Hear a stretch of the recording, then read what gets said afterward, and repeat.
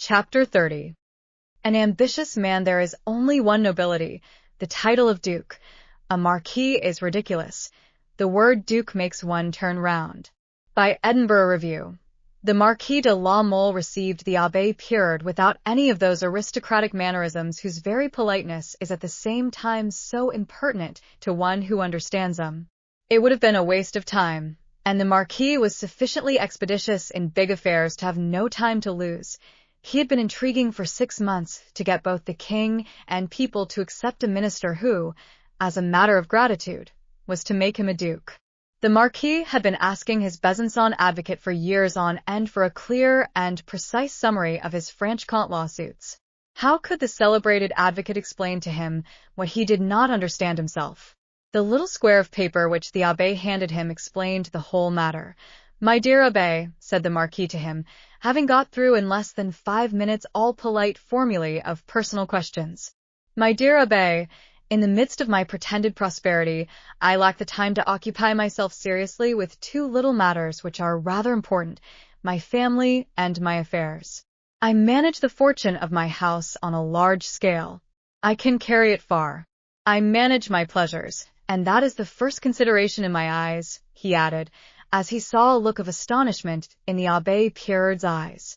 Although a man of common sense, the Abbé was surprised to hear a man talk so frankly about his pleasures. "Work doubtless exists in Paris," continued the great lord, "but it is perched on the 5th story, and as soon as I take anyone up, he takes an apartment on the 2nd floor, and his wife starts a day at home. The result is no more work and no more efforts except either to be, or appear to be, a society man. That is the only thing they bother about as soon as they have got their bread and butter.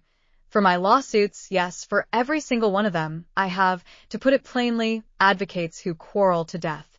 One died of consumption the day before yesterday. Taking my business all round, would you believe, monsieur, that for 3 years I have given up all hope of finding a man who deigns, during the time he is acting as my clerk, to give a little serious thought to what he is doing. Besides, all this is only a preliminary. I respect you, and would venture to add that, although I only see you for the first time today, I like you. Will you be my secretary at a salary of 800 francs, or even double? I shall still be the gainer by it, I swear to you, and I will manage to reserve that fine living for you for the day when we shall no longer be able to agree." The Abbé refused, but the genuine embarrassment in which he saw the Marquis suggested an idea to him towards the end of the conversation. "I have left in the depths of my seminary a poor young man who, if I mistake not, will be harshly persecuted. If he were only a simple monk, he would be already in pace. So far this young man only knows Latin and the Holy Scriptures, but it is not impossible that he will one day exhibit great talent, either for preaching or the guiding of souls. I do not know what he will do, but he has the sacred fire. He may go far. I thought of giving him to our bishop, if we had ever had one who was a little of your way of considering men and things." "What is your young man's extraction?" said the Marquis. "He is said to be the son of a carpenter in our mountains." "I rather believe he is the natural son of some rich man. I have seen him receive an anonymous or pseudonymous letter with a bill for 500 francs. "Oh, it is Julien Sorel," said the Marquis. "How do you know his name?" said the Abbé, in astonishment, reddening at his question. "That's what I'm not going to tell you," answered the Marquis. "Well," replied the Abbé, "you might try making him your secretary. He has energy. He has a logical mind. In a word, it's worth trying." "Why not?" said the Marquis. "But would he be the kind of man to allow his palm to be greased by the prefect of police or anyone else, and then spy on me? That is only my objection." After hearing the favorable assurances of the Abbé Pirard, the Marquis took a 1,000-franc note. "Send this journey money to Julien Sorel. Let him come to me." "One sees at once," said the Abbé Pirard, "that you live in Paris. You do not know the tyranny which weighs us poor provincials down, and particularly those priests who are not friendly to the Jesuits.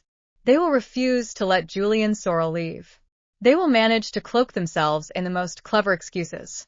They will answer me that he is ill, that his letters were lost in the post, etc., etc. "I will get a letter from the minister to the bishop one of these days," answered the Marquis. "I was forgetting to warn you of one thing," said the Abbé. This young man, though of low birth, has a high spirit. He will be of no use if you madden his pride. You will make him stupid." "That pleases me," said the Marquis. "I will make him my son's comrade. Will that be enough for you?" Some time afterwards, Julien received a letter in an unknown writing and bearing the Chelon postmark. He found in it a draft on a Besançon merchant and instructions to present himself at Paris without delay. The letter was signed in a fictitious name, but Julien had felt a thrill in opening it. A leaf of a tree had fallen down at his feet. It was the agreed signal between himself and the Abbé Pirard. Within an hour's time, Julien was summoned to the bishop's palace, where he found himself welcomed with a quite paternal benevolence. My lord quoted Horace, and at the same time complimented him very adroitly on the exalted destiny which awaited him in Paris in such a way as to elicit an explanation by way of thanks. Julien was unable to say anything, simply because he did not know anything, and my lord showed him much consideration. One of the little priests in the bishopric wrote to the mayor, who hastened to bring in person a signed passport, where the name of the traveler had been left in blank. Before midnight of the same evening, Julien was at Foucault's. His friend's shrewd mind was more astonished than pleased with the future which seemed to await his friend. "You'll finish up," said that liberal voter, "with a place in the government, which will compel you to take some step which will be calumniated. It will only be by your own disgrace that I shall have news of you. Remember that, even from the financial standpoint, it is better to earn 100 louis in a good timber business, of which one is his own master, than to receive 4,000 francs from a government, even though it were that of King Solomon." Julien saw nothing in this except the pettiness of spirit of a country bourgeois. At last he was going to make an appearance in the outre of great events. Everything was overshadowed in his eyes by the happiness of going to Paris, which he imagined to be populated by people of intellect, full of intrigues and full of hypocrisy, but as polite as the Bishop of Besançon and the Bishop of Agde. He represented to his friend that he was deprived of any free choice in the matter by the Abbé Pirard's letter. The following day he arrived at Verrières about noon. He felt the happiest of men, for he counted on seeing Madame de Rênal again. He went first to his protector, the good Abbé Julien. He met with a severe welcome. "Do you think you are under any obligation to me?" said M. Julien to him, without answering his greeting. "You will take breakfast with me. During that time I will have a horse hired for you, and you will leave Verrières without seeing anyone." "Hearing is obeying," answered Julien with a demeanor smacking of the seminary, and the only questions now discussed were theology and classical law. He mounted his horse, rode a league, and then perceiving a wood and not seeing anyone who could notice him enter, he plunged into it. At sunset, he sent away the horse. Later, he entered the cottage of a peasant, who consented to sell him a ladder and to follow him with it to the little wood which commands the Cours de la Fidélité at Verrières. "I have been following a poor mutineer of a conscript or a smuggler," said the peasant as he took leave of him, "but what does it matter? My ladder has been well paid for, and I myself have done a thing or two in that line." The night was very black. Towards 1 o'clock in the morning, Julien, laden with his ladder, entered Verrières. He descended as soon as he could into the bed of the stream, which is banked within 2 walls, and traverses M. de Rênal's magnificent gardens at a depth of 10 feet. Julien easily climbed up the ladder. "How will the watchdogs welcome me?" he thought. "It all turns on that." The dogs barked and galloped towards him, but he whistled softly, and they came and caressed him. Then, climbing from terrace to terrace, he easily managed, although all the grilles were shut, to get as far as the window of Madame de Rênal's bedroom, which, on the garden side, was only 8 or 6 feet above the ground. There was a little heart-shaped opening in the shutters, which Julien knew well. To his great disappointment, this little opening was not illuminated by the flare of a little night light inside. "Good God," he said to himself, "this room is not occupied by Madame de Rênal. Where can she be sleeping? The family must be at Verrières, since I have found the dogs here, but I might meet M. de Rênal himself, or even a stranger in this room without a light, and then what a scandal." The most prudent course was to retreat, but this idea horrified Julien. "If it's a stranger, I will run away for all I'm worth, and leave my ladder behind me, but if it is she, what a welcome awaits me! I can well imagine that she has fallen into a mood of penitence and the most exalted piety, but after all, she still has some remembrance of me, since she has written to me. This bit of reasoning decided him, with a beating heart, but resolved nonetheless to see her or perish in the attempt. He threw some little pebbles against the shutter. No answer. He leaned his long ladder beside the window, and himself knocked on the shutter, at first softly, and then more strongly. However dark it is, they may still shoot me, thought Julien. This idea made the mad adventure simply a question of bravery. This room is not being slept in tonight, he thought, or whatever person might be there would have woken up by now. So far as it is concerned, therefore, no further precautions are needed. I must only try not to be heard by the person sleeping in the other rooms. He descended, placed his ladder against one of the shutters, climbed up again, and placing his hand through the heart-shaped opening, was fortunate enough to find pretty quickly the wire which is attached to the hook which closed the shutter. He pulled this wire. It was with an ineffable joy that he felt that the shutter was no longer held back, and yielded to his effort. I must open it bit by bit, and let her recognize my voice. He opened the shutter enough to pass his head through it, while he repeated in a low voice, "It's a friend." He pricked up his ears and assured himself that nothing disturbed the profound silence of the room, but there could be no doubt about it. There was no light, even half extinguished, on the mantelpiece. It was a very bad sign. Look out for the gunshot, he reflected a little, then he ventured to knock against the window with his finger. No answer. He knocked harder. I must finish it one way or another, even if I have to break the window.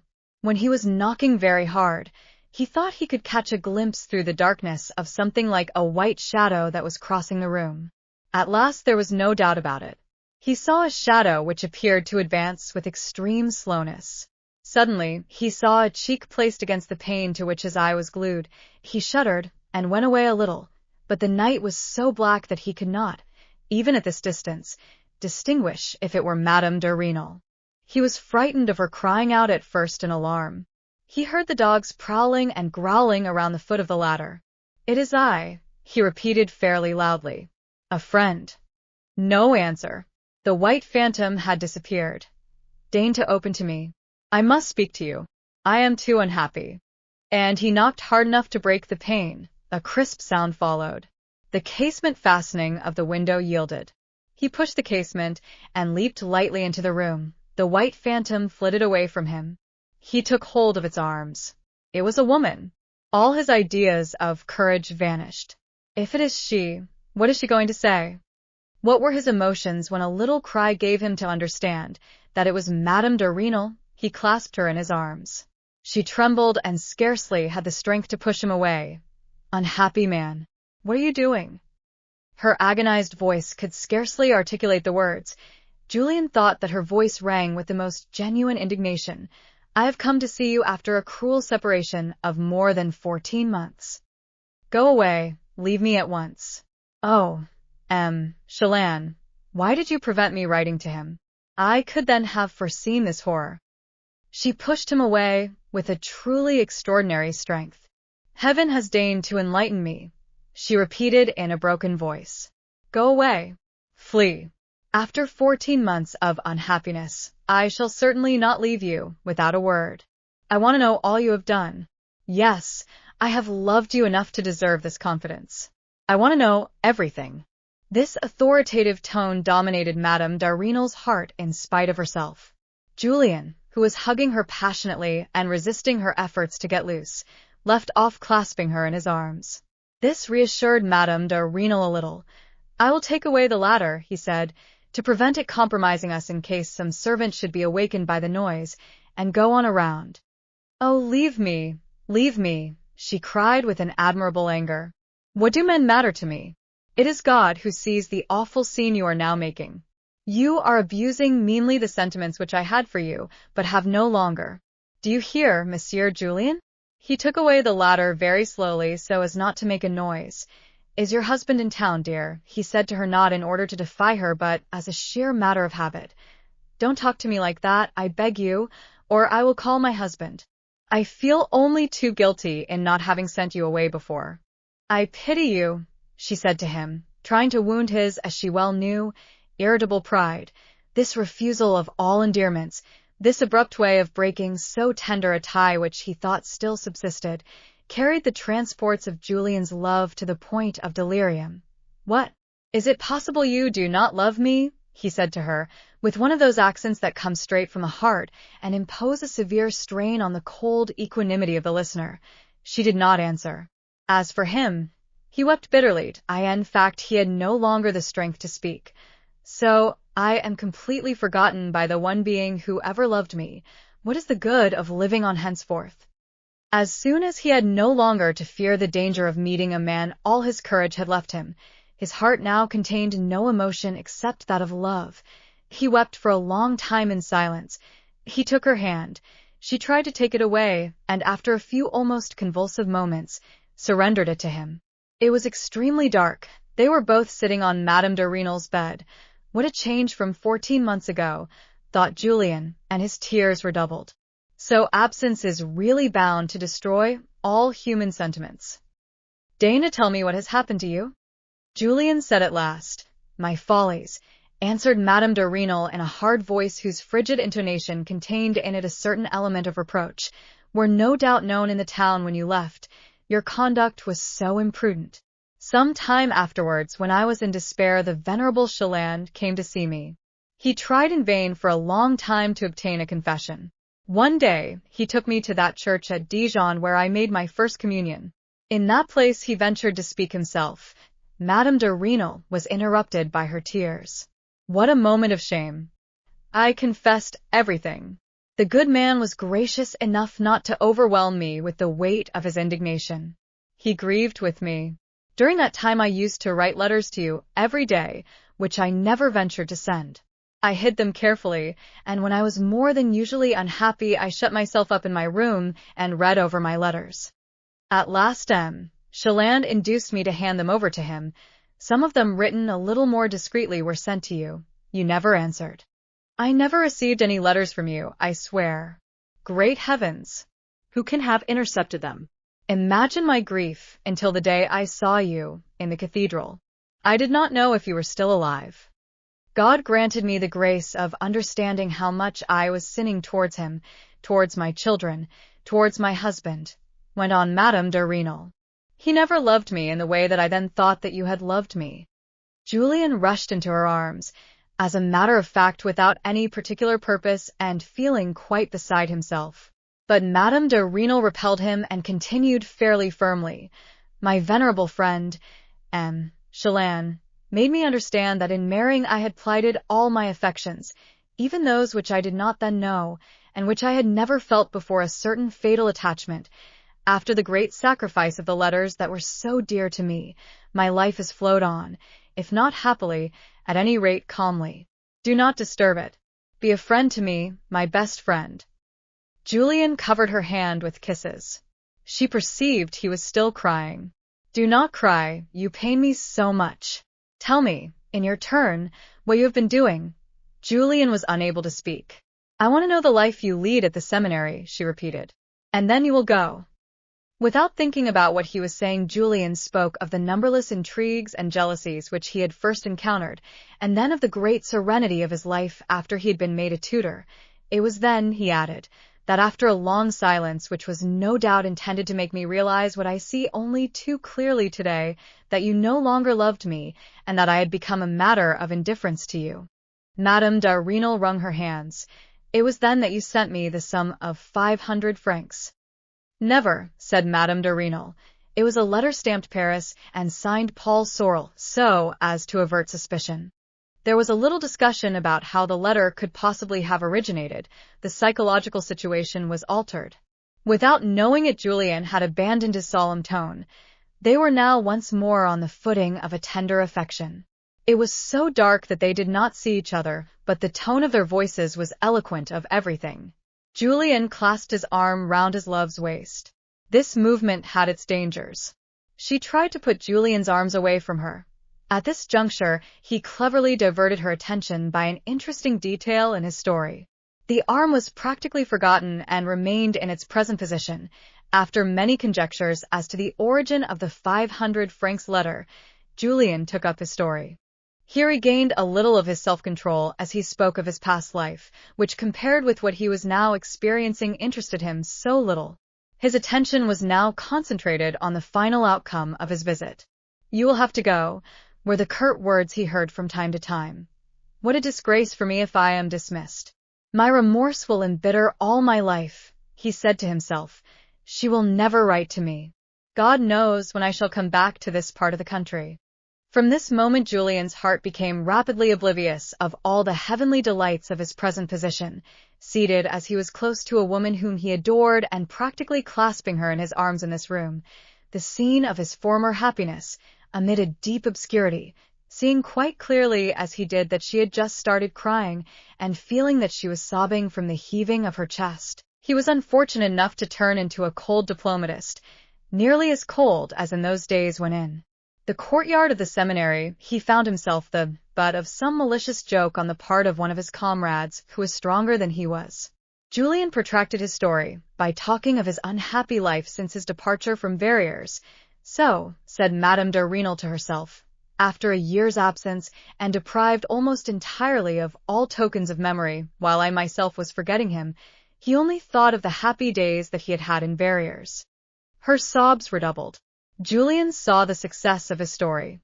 He realized that he must play his last card. He abruptly mentioned a letter he had just received from Paris. "I have taken leave of my Lord Bishop." "What? "You are not going back to Besançon? You are leaving us for ever?" "Yes," answered Julien resolutely. "Yes, I am leaving a country where I have been forgotten even by the woman whom I loved more than anyone in my life. I am leaving it, and I shall never see it again. I am going to Paris." "You are going to Paris, dear," exclaimed Madame de Rênal. Her voice was almost choked by her tears and showed the extremity of her trouble. Julien had need of this encouragement. He was on the point of executing a maneuver which might decide everything against him, and up to the time of this exclamation he could not tell what effect he was producing, as he was unable to see. He no longer hesitated. The fear of remorse gave him complete control over himself. He coldly added as he got up, "Yes, madam, I leave you for ever. May you be happy. Adieu." He moved some steps towards the window. He began to open it. Madame de Rênal rushed to him and threw herself into his arms. So it was in this way that, after a dialogue lasting 3 hours, Julien obtained what he desired so passionately during the first 2 hours, Madame de Rênal's return to her tender feelings, and this overshadowing of her remorse would have been a divine happiness had they come a little earlier. But, as they had been obtained by artifice, they were simply a pleasure. Julien insisted on lighting the night-light in spite of his mistress's opposition. "Do you wish me then," he said to her, "to have no recollection of having seen you? Is the love in those charming eyes to be lost to me forever? Is the whiteness of that pretty hand to remain invisible? Remember that perhaps I am leaving you for a very long time." Madame de Rênal could refuse him nothing. His argument made her melt into tears. But the dawn was beginning to throw into sharp relief the outlines of the pine trees on the mountain east of Verrières. Instead of going away, Julien, drunk with pleasure, asked Madame de Rênal to let him pass the day in her room and leave the following night. "And why not?" she answered. "This fatal relapse robs me of all my respect and will mar all my life," and she pressed him to her heart. "My husband is no longer the same. He has suspicions. He believes I led him the way I wanted in all this business, and shows great irritation against me. If he hears the slightest noise, I shall be ruined. He will hound me out like the unhappy woman that I am." "Ah, here we have a phrase of M. Chelin's," said Julien. "You would not have talked like that before my cruel departure to the seminary. In those days you used to love me." Julien was rewarded for the frigidity which he put into those words. He saw his love suddenly forget the danger which her husband's presence compelled her to run, in thinking of the much greater danger of seeing Julien doubt her love. The daylight grew rapidly brighter and vividly illuminated the room. Julien savored once more all the deliciousness of pride when he saw this charming woman in his arms and almost at his feet, the only woman whom he had ever loved, and who had been entirely absorbed only a few hours before by her fear of a terrible God and her devotion to her duties. Resolutions, fortified by a year's persuasion, had failed to hold out against his courage. They soon heard a noise in the house. A matter that Madame de Renal had not thought of began to trouble her. That wicked Elisa will come into the room. What are we to do with this enormous ladder? She said to her sweetheart. Where are we to hide it? I will take it to the loft, she exclaimed suddenly half playfully. But you will have to pass through the servants' room, said Julien in astonishment. I will leave the ladder in the corridor and will call the servant and send him on an errand. Think of some explanation to have ready in the event of a servant passing the ladder and noticing it in the corridor. Yes, my angel, said Madame de Renal, giving him a kiss. As for you, dear, remember to hide under the bed pretty quickly if Elisa enters here during my absence. Julien was astonished by this sudden gaiety, so, he thought, the approach of a real danger instead of troubling her gives her back her spirits before she forgets her remorse. Truly a superior woman. Yes, that's a heart over which it is glorious to reign. Julien was transported with delight. Madame de Renal took the ladder, which was obviously too heavy for her. Julien went to her help. He was admiring that elegant figure which was so far from betokening any strength when she suddenly seized the ladder without assistance and took it up as if it had been a chair. She took it rapidly into the corridor of the third story where she laid it alongside the wall. She called a servant, and in order to give him time to dress himself, went up into the dovecot. 5 minutes later, when she came back to the corridor, she found no signs of the ladder. What had happened to it? If Julien had been out of the house, she would not have minded the danger in the least. But supposing her husband were to see the ladder just now, the incident might be awful. Madame de Renal ran all over the house. Madame de Renal finally discovered the ladder under the roof where the servant had carried it and even hid it. What does it matter what happens in 24 hours, she thought, when Julien will be gone? She had a vague idea that she ought to take leave of life, but what mattered her duty? He was restored to her after a separation which she had thought eternal. She was seeing him again, and the efforts he had made to reach her showed the extent of his love. What shall I say to my husband? She said to him. If the servant tells him he found this ladder? She was pensive for a moment. They will need 24 hours to discover the peasant who sold it to you.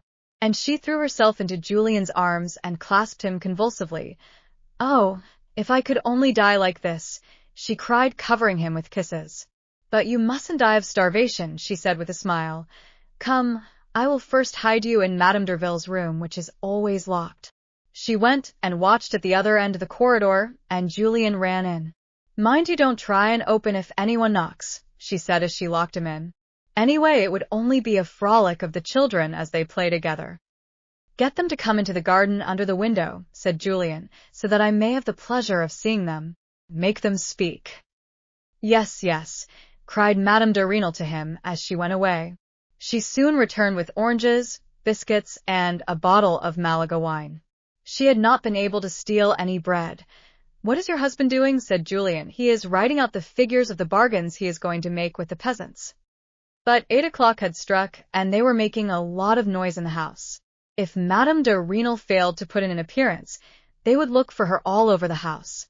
She was obliged to leave him. Soon she came back, in defiance of all prudence, bringing him a cup of coffee. She was frightened lest he should die of starvation. She managed after breakfast to bring the children under the window of Madame Derville's room. He thought they had grown a great deal, but they had begun to look common, or else his ideas had changed. Madame de Renal spoke to them about Julien. The elder answered in an affectionate tone and regretted his old tutor, but he found that the younger children had almost forgotten him. De Renal did not go out that morning. He was going up and downstairs, incessantly engaged in bargaining with some peasants to whom he was selling potatoes. Madame de Renal did not have an instant to give to her prisoner until dinner time. When the bell had been rung and dinner had been served, it occurred to her to steal a plate of warm soup for him. As she noiselessly approached the door of the room which he occupied, she found herself face to face with the servant who had hid the ladder in the morning. At the time he too was going noiselessly along the corridor, as though listening for something. The servant took himself off in some confusion. Madame de Renal boldly entered Julien's room. The news of this encounter made him shudder. You are frightened, she said to him. but I would brave all the dangers in the world without flinching. There is only one thing I fear, and that is the moment when I shall be alone after you have left." And she left him and ran downstairs. Ah, thought Julien ecstatically. Remorse is the only danger which this sublime soul is afraid of. At last evening came. Monsieur de Rênal went to the casino. His wife had given out that she was suffering from an awful headache. She went to her room, hastened to dismiss Elisa, and quickly got up in order to let Julien out. He was literally starving. Madame de Rênal went to the pantry to fetch some bread.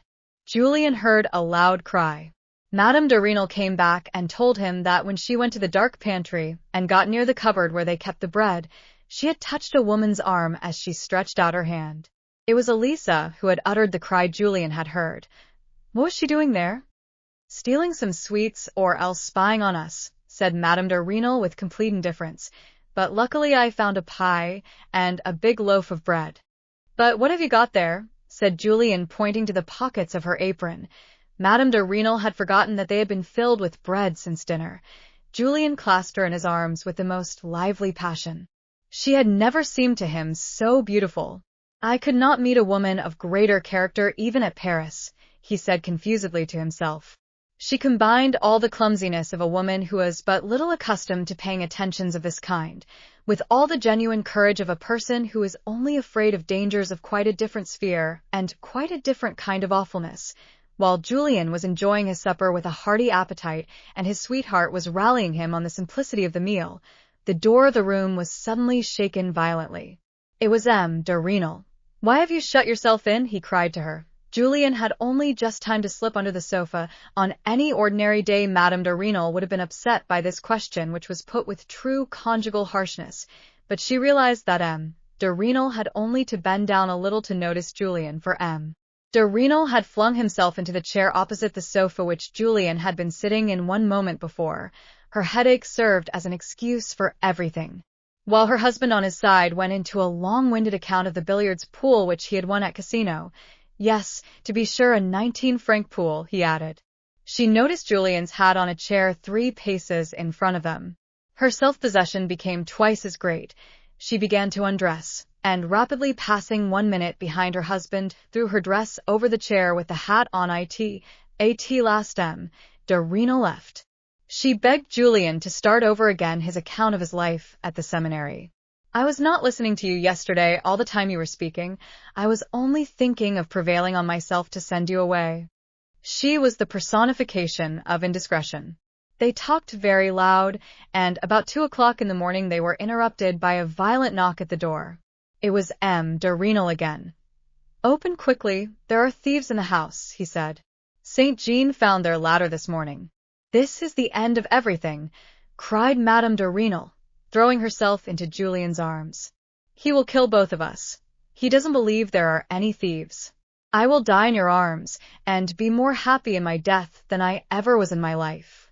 She made no attempt to answer her husband, who was beginning to lose his temper, but started kissing Julien passionately. "Save Stanislas's mother," he said to her with an imperious look.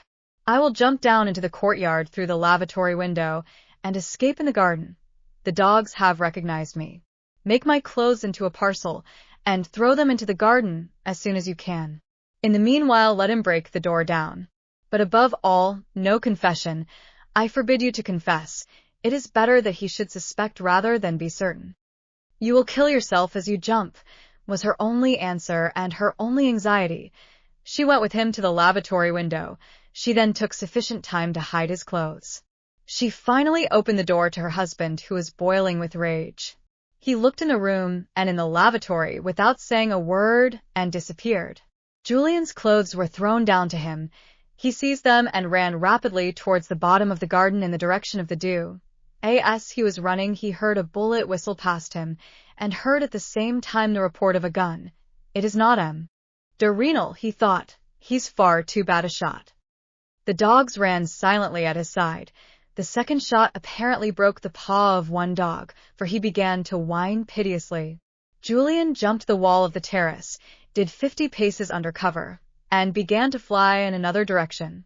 He heard voices calling, and had a distinct view of his enemy, the servant, firing a gun. A farmer also began to shoot away from the other side of the garden. Julien had already reached the bank of the Doubs where he dressed himself. An hour later, he was a league from Verrières on the Geneva road. If they had suspicions, thought Julien, they will look for me on the Paris road.